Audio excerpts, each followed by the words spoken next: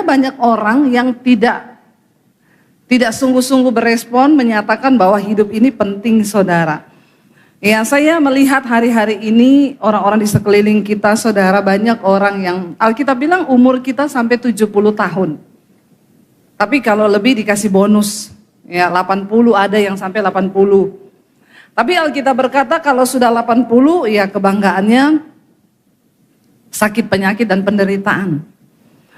Orang itu kalau ketemu umur ya 15 tahun yang mereka bahas masih happy-happy, mulai 20 mulai bahas mau kuliah di mana, umur 30 mulai bahas mau cari kerja apa, umur 40 ketemu yang dibahas itu ya gimana kerjaan, mau beli rumah apa, mulai umur 50 ketemu yang dibahas ya anak-anak sudah remaja nanti jodohnya gimana, masuk 60 kalau ketemu mulai kesehatan ya, dulu kalau bawa minyak wanginya LV sekarang bawanya minyak angin ya toh, itu sudah ketahuan umurnya begitu, saudara. Nanti kalau sudah 60 lebih mau 70 kalau ketemu yang dibahas apa, lututku iki waduh nggak tahu cekot-cekot iki, yang apa dokternya si api nih ngendi yo. Yang dibahas tuh dokter, ya nanti ada dokter di sana, ada yang ini yang bagus, yaitu umur, saudara. Nah, bagaimana kita hidup dalam dunia ini, jangan sampai gagal fokus, tapi kita boleh memaknai dan memberi arti hidup kita itu sesuai dengan firman Tuhan.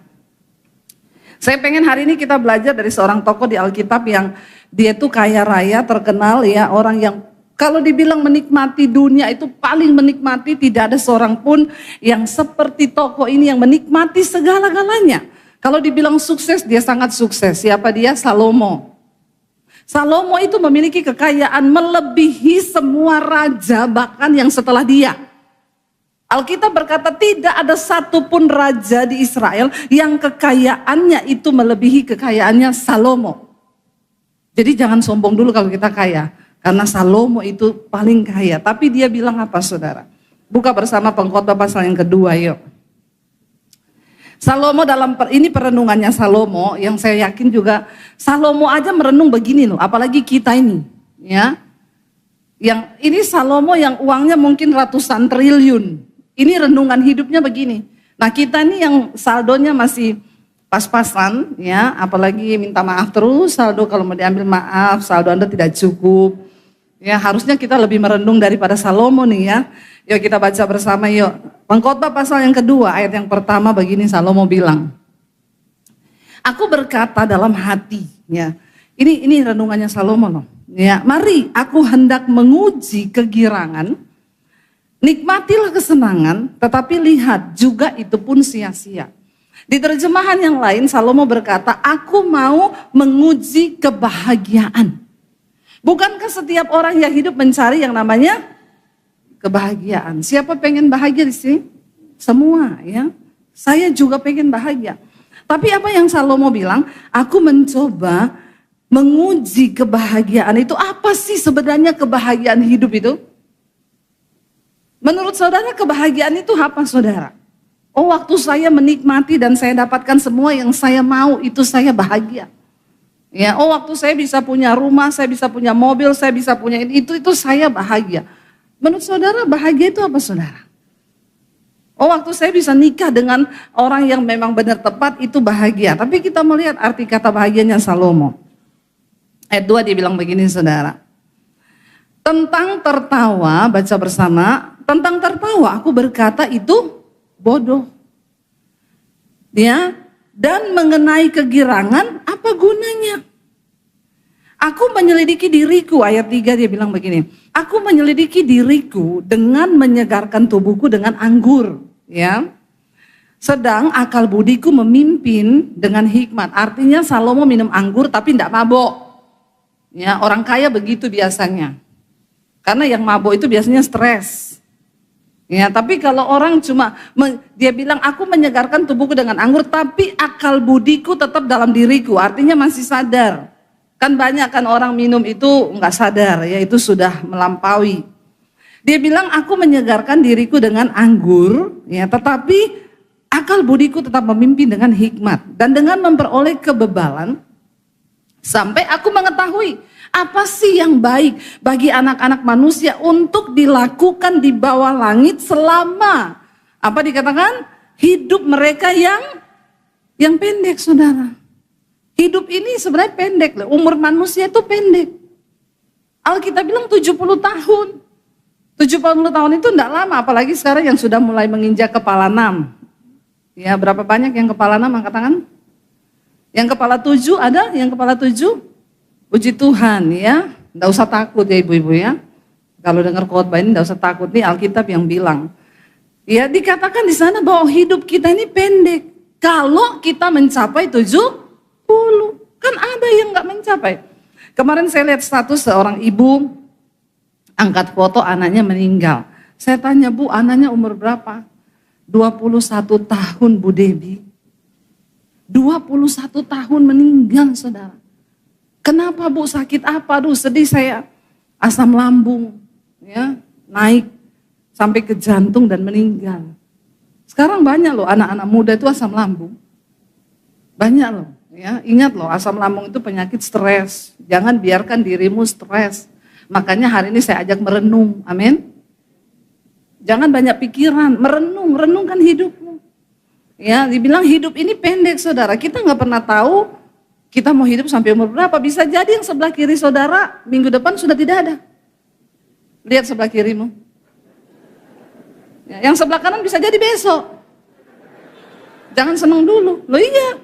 Hidup ini nggak ada yang tahu tuh, nggak ada yang tahu, saudara.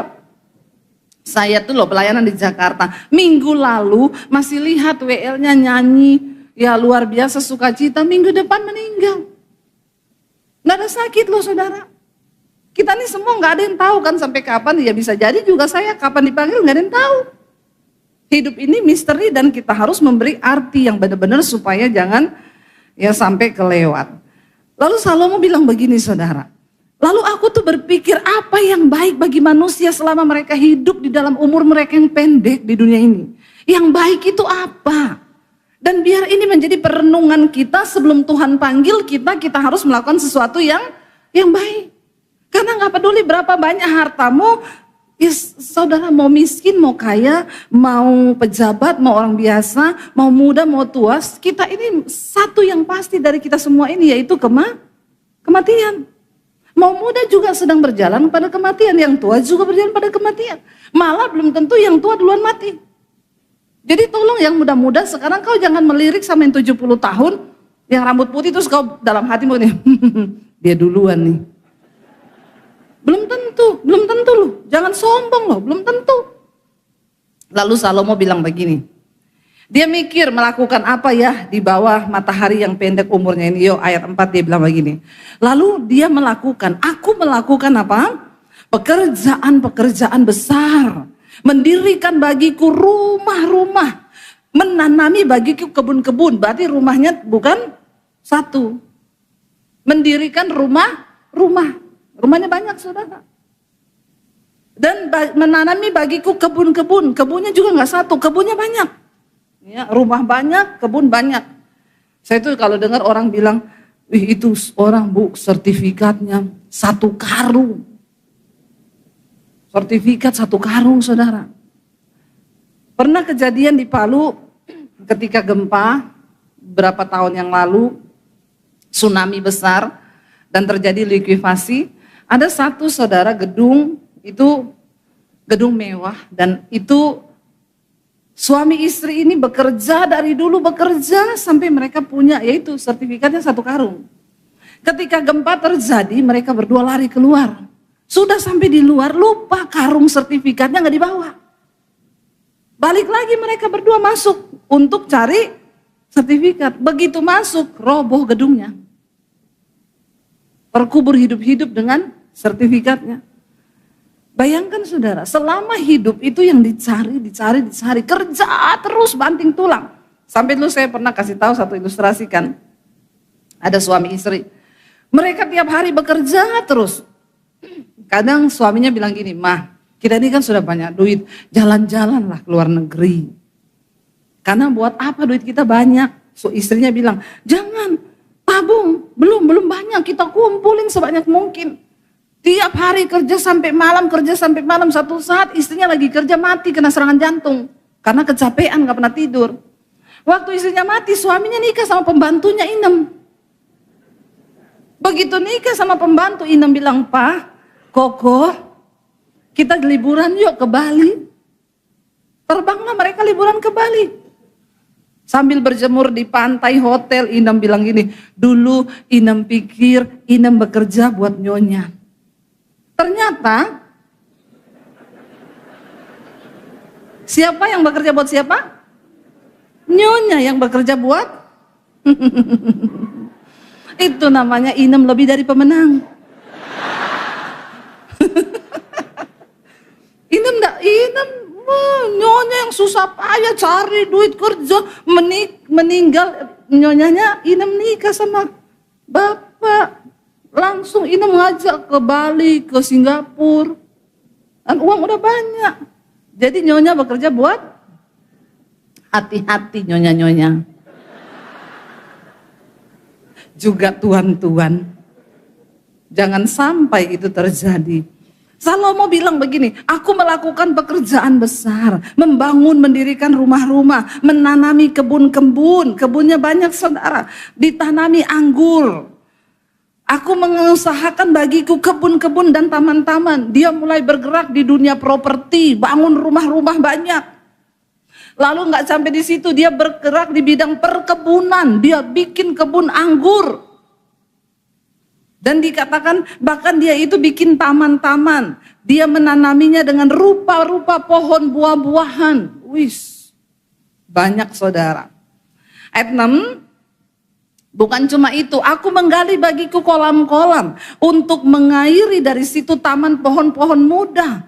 Semua dia kerjakan dengan enak, dengan sukacita. Dia mengerjakan apa yang dia mau, dia kerjakan semuanya saudara. Aku membeli budak-budak laki-laki dan perempuan, dan juga ada budak-budak yang lahir di rumahku, dan aku juga mempunyai banyak sapi, kambing, dan domba. Melebihi siapa? Melebihi siapapun yang pernah hidup di Yerusalem sebelum aku. Bahkan sesudah dia, tidak ada yang melebihi kekayaannya saudara. Dia mulai bergerak di bidang peternakan, perkebunan, perumahan. Semuanya dikerjakan sama Salomo. Ternaknya banyak, dia tercatat sebagai orang yang terkaya. Semua dia punya. Waktu dia hidup, dia mengerjakan dengan sekuat tenaga dan Tuhan bikin dia berhasil saudara. Ayat yang ke-8, dia berkata di sana apa? Aku mengumpulkan juga bagiku apa? Perak dan juga emas, harta benda raja-raja dan daerah-daerah. Aku mencari bagiku biduan-biduan dan biduanita-biduanita, dan yang menyenangkan anak-anak manusia, yaitu banyak. Menyenangkan itu bapak-bapak? Ya, ini Salomo yang bilang, bapak-bapak itu kalau dikasih izin istrinya nikah lagi, mau nikah lagi enggak? Karena ada istrimu di samping. Makanya kau bilang enggak. Sudah diinjak kakinya itu. Ya. Salomo berkata dia mengumpulkan perak dan emas. Saudara, sekarang emas lagi naik daun. Ya, emas ini gila-gilaan naiknya. Ya, dan semua orang berlomba-lomba uangnya buat beli emas. Ya. Ketika emas naik, kita diam-diam aja, karena diam adalah emas itu naik gila-gilaan, perak juga naik gila-gilaan. Kenapa saudara? Karena Alkitab berkata emas dan perak itu milik Tuhan. Emas itu gak mungkin turun harganya. Karena tidak bisa dibuat oleh tangan manusia. Itu diciptakan oleh Tuhan. Dan makin lama memang makin habis. Tapi yang pengen makin banyak. Makanya tidak akan pernah turun harga emas. Salomo bukan cuma emas biasa. Dia mengumpulkan emas tua, bahkan harta benda raja-raja. Dari seluruh negeri dia beli harta benda raja-raja. Dia koleksi kumpulannya kerajaan-kerajaan. Apa yang kurang dia mau, semua dia bisa dapat. Makanya saya bilang, udah deh, udah gak ada yang lebih kaya hari ini yang duduk di tempat ini orang kaya. Kekayaanmu tidak melebihi Salomo.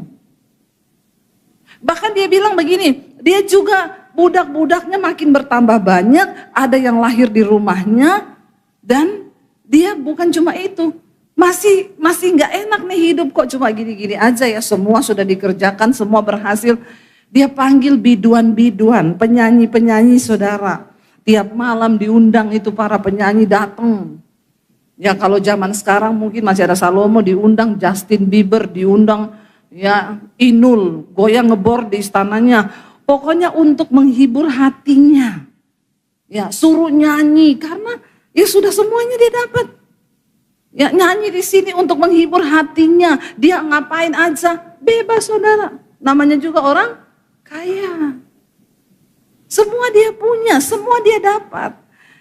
Lalu dia bilang, dan bahkan aku mencoba melakukan apa yang disenangi oleh anak-anak manusia, yaitu banyak gundik. Gundiknya banyak. Ya, kira-kira Salomo itu istri dan gundiknya kalau di plus 1.000. 1.000 loh. Ada di sini bapak-bapak yang bisa kawin seperti 1.000? Kata bapaknya gini, satu aja pusing saya bu. Istri saya satu aja nih ya. Tiap hari bukan tambah kecil tambah besar bu. Ya, malah mengerikan. Ini 1.000 saudara. Ya, itu kalau dibagi setahun dia mungkin ya 6 bulan sekali baru ketemu satu. Apa yang dia mau dia turuti. Istrinya 1.000. Itu istri plus gundik loh, kurang apa saudara? Dia lakukan semua apa yang disenangi, tapi dia bilang begini saudara. Dengan demikian, ayat 9 dikatakan di sana apa? Dengan demikian aku menjadi besar daripada siapapun yang pernah hidup di Yerusalem sebelum aku, dan pada itu hikmatku tinggal tetap padaku. Ayat 10, aku tidak merintangi mataku dari apapun yang dikehendakinya. Dan aku tidak menahan hatiku dari sukacita apapun. Sebab hatiku bersukacita karena segala jerih payahku. Itulah buah dari segala jerih payahku. Dia tidak menahan pandangan matanya. Apa yang dia pengen, dia turuti. Apa yang dia lihat, dia turuti. Padahal Alkitab berkata, mata adalah pelita tubuh. Jangan dituruti semua keinginan matamu. Karena yang ada dalam dunia ini kata Yesus cuma 3 hal. Keinginan mata, keinginan daging, dan kesombongan hidup. Tapi Salomo dia ikuti semua yang dia mau, dia turuti apa yang matanya lihat. Dia tidak menolak apapun yang hatinya mau, dia ikuti saudara.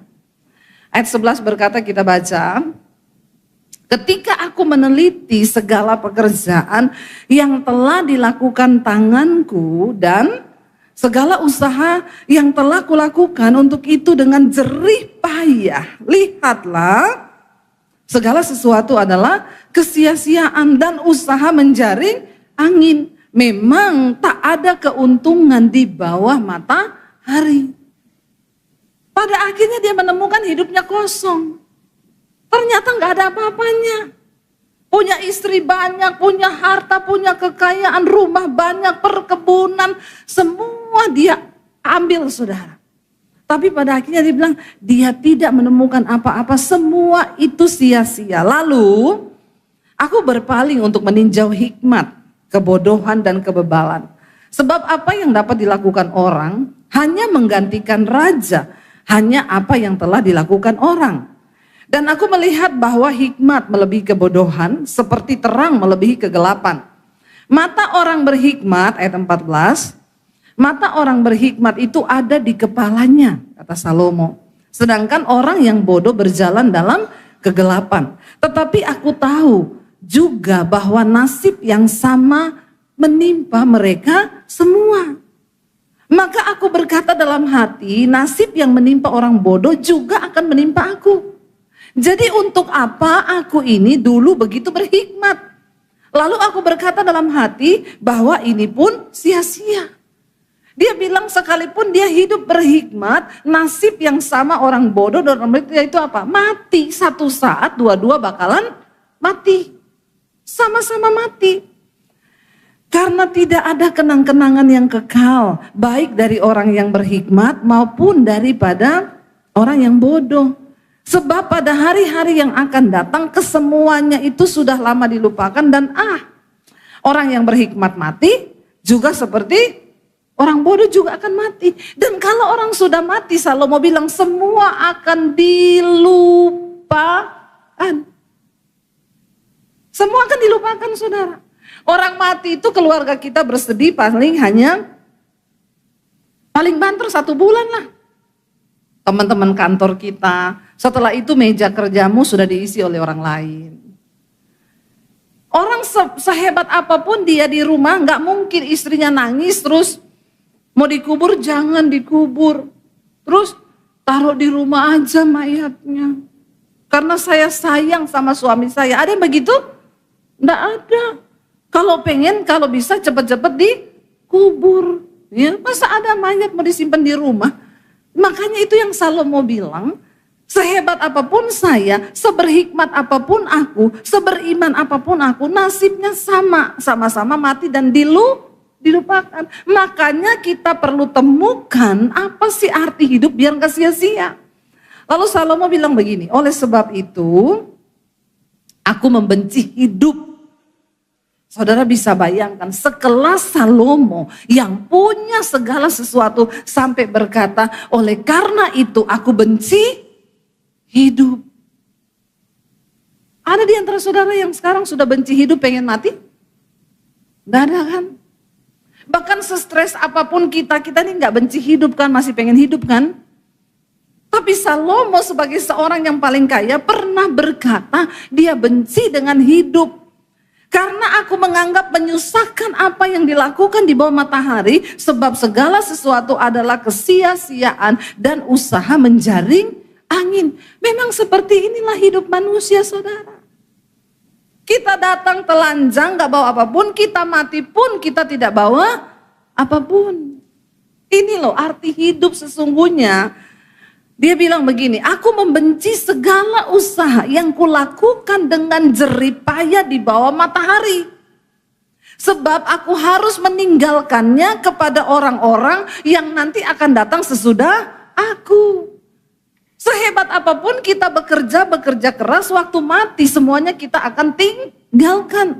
Lalu orang-orang yang tidak bekerja, mereka yang akan menikmati. Jadi bapak-bapak boleh kerja, tapi jangan lupa waktu, jangan lupa kau menikmati hidup, jangan lupa menikmati sesuatu. Amin.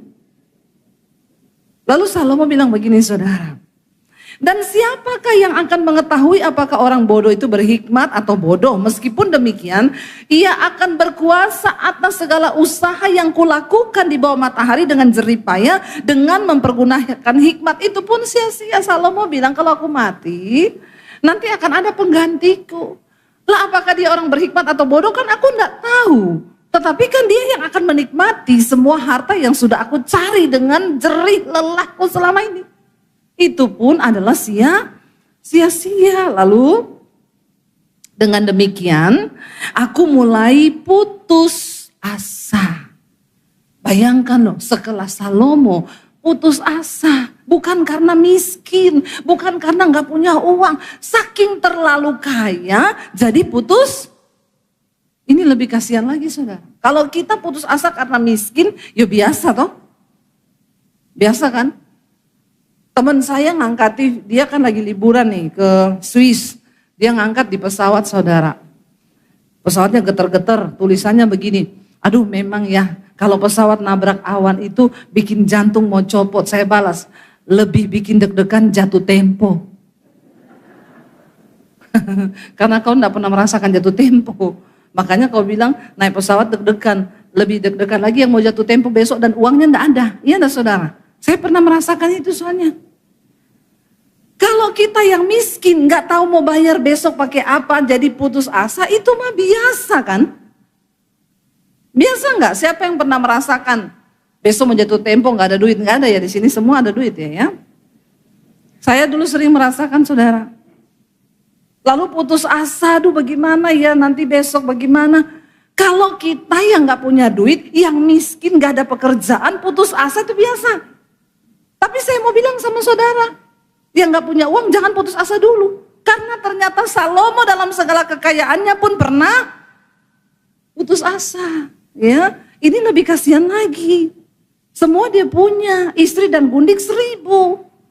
Tetap dia mengalami kekosongan jiwa. Jadi saya mau bilang sama saudara, bahwa hidup itu bisa menjadi putus asa dan kekosongan jiwa bukan soal ada uang dan tidak ada duit. Dari sini kita mengerti ada sebuah kebutuhan dalam jiwa manusia yang bahkan gak bisa diisi oleh uang dan kekayaan. Amin saudara. Benar loh. Saya kadang merenung dengan suami saya tuh bilang begini, orang-orang itu kalau tanpa Tuhan gimana ya? Maksudnya ya kita ini saja sekarang, ya saya tidak merasa kaya saudara. Tapi apapun yang saya mau sekarang saya bisa. Bukan mau sombong loh. Kan saya gak pengen helikopter toh. Saya juga kan gak mau beli mobil Ferrari toh. Ya tentu yang sesuai dengan kemampuan kita itu kaya loh, itu kaya. Jadi jangan bilang kaya itu, ya kaya itu waktu apapun yang kita mau sekarang kita bisa. Makanya Alkitab bilang jangan melampaui dari apa yang bisa kau patut pikirkan. Yang jadi salah kalau enggak bisa dipaksa-paksain. Nah itu sok kaya. Nanti susah sendiri. Saya bilang sama suami saya gini, bagaimana orang kaya itu tanpa Tuhan ya? Kita aja sekarang apa yang kita mau kita bisa loh. Dan karyanya itu hidup. Kalau enggak ada Tuhan tuh hampa benar saudara. Makanya saya sama suami sampai hari ini masih melayani Tuhan. Saya bilang kita ini hari ini berbahagia karena kita melayani Tuhan loh. Bayangkan kalau orang gak melayani Tuhan. Itu hidupnya seperti apa ya, gak melayani Tuhan. Itu bingung loh saudara, bingung bener. Semua yang kita mau dan kadang-kadang malah dia lupa akan hari kematiannya. Salomo bilang begini. Dengan demikian aku mulai putus asa terhadap segala usaha yang kulakukan dengan jeripaya di bawah matahari. Sebab kalau ada orang berlelah-lelah dengan hikmat, pengetahuan, kecakapan, maka ia harus meninggalkan bahagianya itu kepada orang yang tidak berlelah-lelah untuk itu. Ini pun adalah kesia-siaan dan kemalangan yang besar. Ya kayak nyonya tadi mati, Inem yang gantikan. Itu kalau nyonya masih hidup, marah gak nyonya itu? Untung sudah mati kan? Mungkin di akhirat juga nyonya bilang, senang banget kau Inem ya.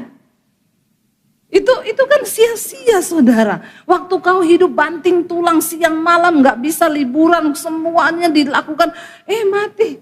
Suaminya kawin lagi. Lalu dikatakan begini saudara, 22, apakah faedahnya dari yang diperoleh manusia dari segala usaha yang dilakukannya dengan jeripaya di bawah matahari dan dari keinginan hatinya, apa faedahnya sekarang? Ini loh, arti dari semua itu yang sudah kita cari itu apa?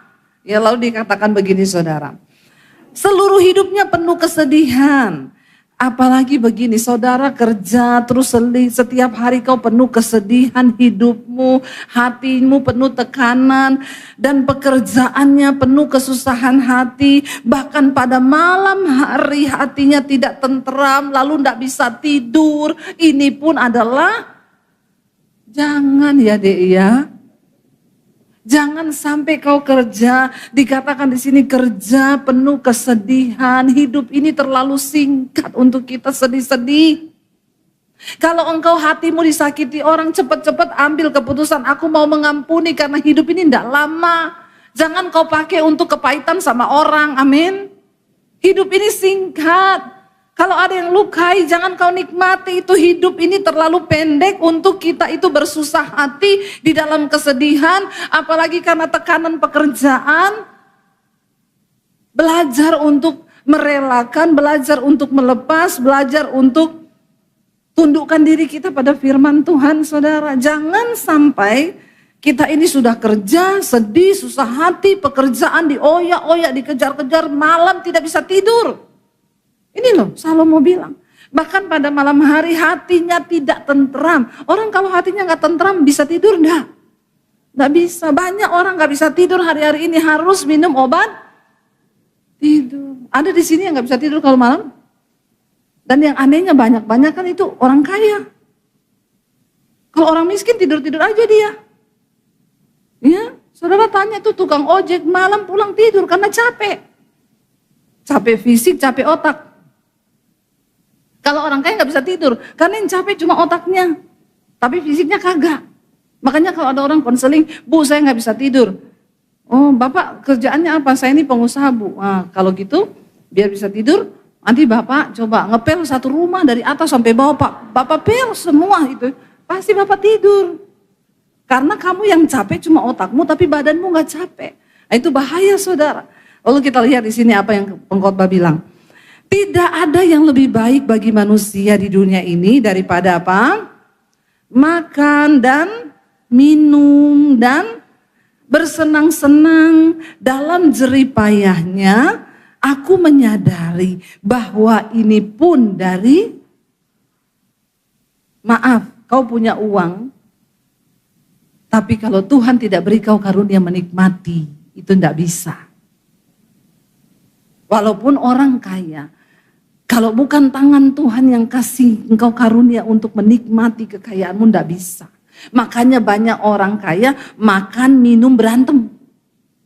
Tapi orang yang disertai Tuhan, yang hidupnya ada campur tangan Tuhan, Salomo bilang, tidak ada yang lebih baik bagi manusia di dunia ini daripada makan dan minum dan bersenang-senang dalam jerih payahnya, tetapi aku menyadari bahwa ini pun dari tangan Allah.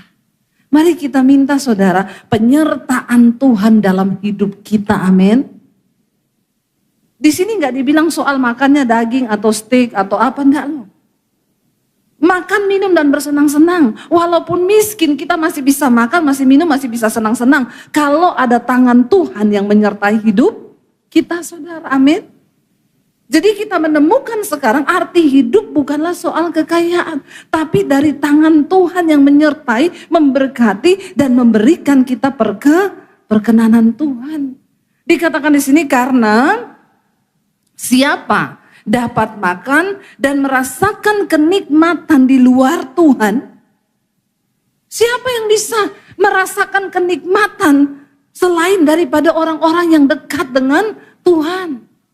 Cuma Tuhan yang bisa membuat kita merasa bersyukur dan ada kenikmatan di dalam kehidupan ini. Makanya dalam segala jerih payah usaha yang kau kerjakan, selalu engkau tetap tinggal di dalam Tuhan. Jangan lari dari Tuhan. Tidak ada kenikmatan lain di luar Tuhan. Bukan soal kau punya banyak. Saya sudah melihat banyak orang kaya saudara. Saya ketemu banyak orang kaya. Tapi yang berbahagia itu cuma mereka yang hidupnya dekat dengan Tuhan. Yang di luar Tuhan enggak. Rumah tangganya hancur, bercerai, anaknya narkoba. Banyak duit loh saudara. Tapi ternyata duit yang mereka dapat itu menghancurkan diri mereka sendiri. Karena mereka di luar Tuhan. Sebaliknya saya bisa banyak melihat orang yang sederhana hidupnya. Tapi mereka berjalan bersama Tuhan. Lebih berbahagia daripada orang-orang kaya yang di luar Tuhan. Saya pernah cerita, saya ketemu satu ibu. Kaya banget saudara. Tidak punya anak lagi. Kaya banget ya. Nggak punya anak.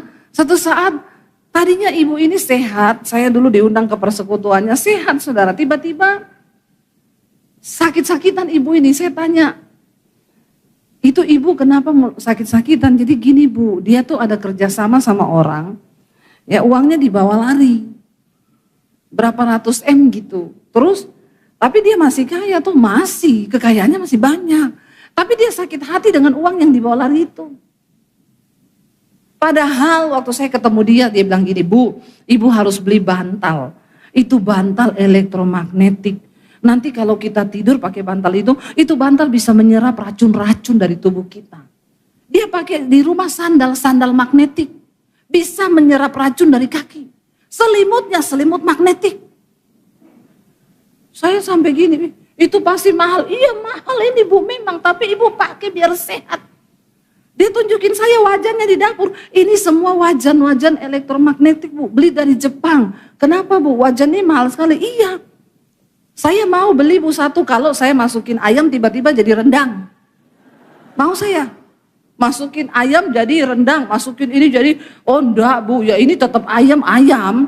Ayam rebus tetap ayam rebus, iya enggak berubah tuh, enggak. Tapi semua racun-racunnya sudah diisep sama wajan ini, kolesterolnya apa, jadi kita makan sehat. Oh gitu ya Bu, ya.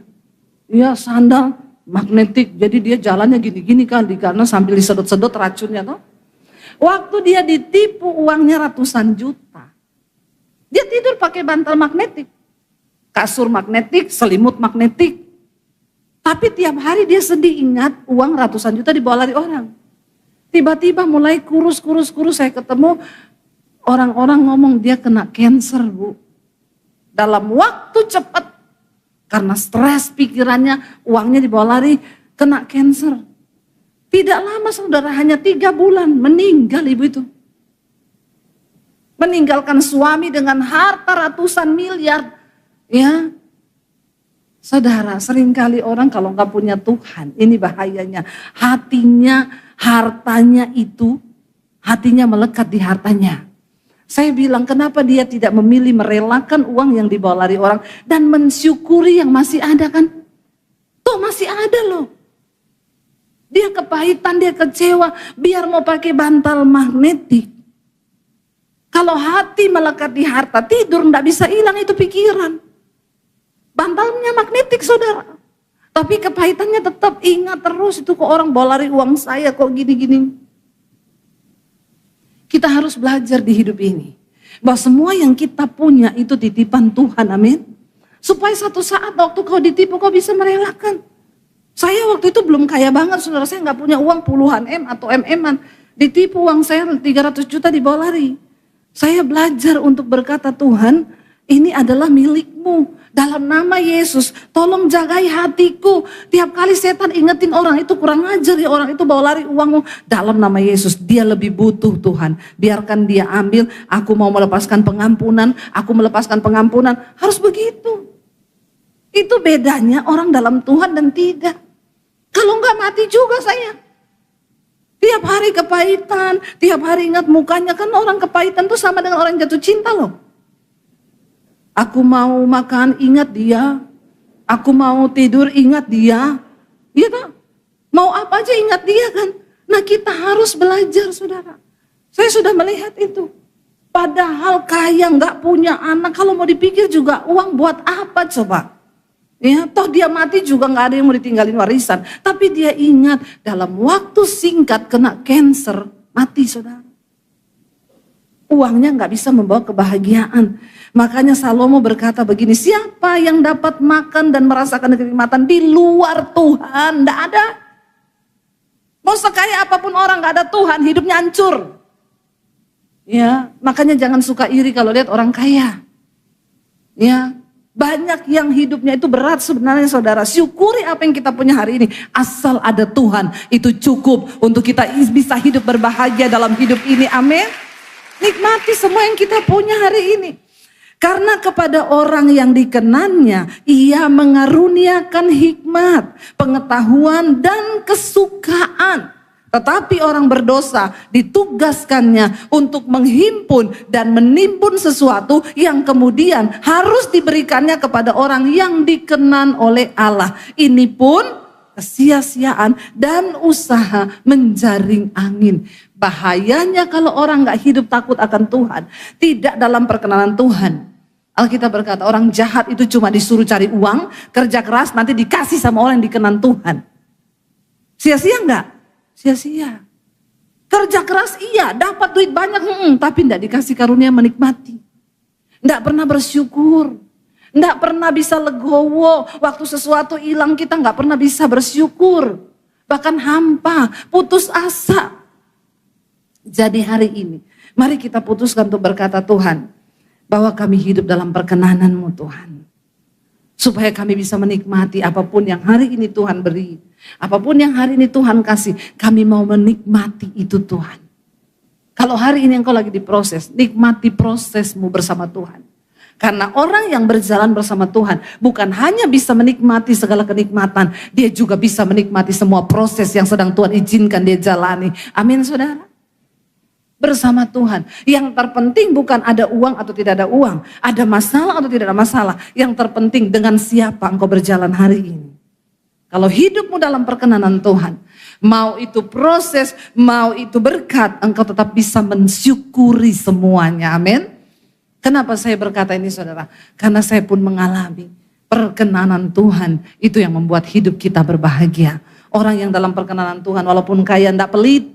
Ada orang kaya pelit saudara. Ya, ini pun sia-sia. Tidak bisa menikmati hidup. Ya, tetapi ketika kita dalam Tuhan, ingat ayat ini berkata, siapa yang bisa makan, minum, dan menikmati segala apa yang dia punya kalau dia berada di luar Tuhan. Hanya orang yang berada dalam Tuhan yang akan bisa menikmati segalanya. Amin.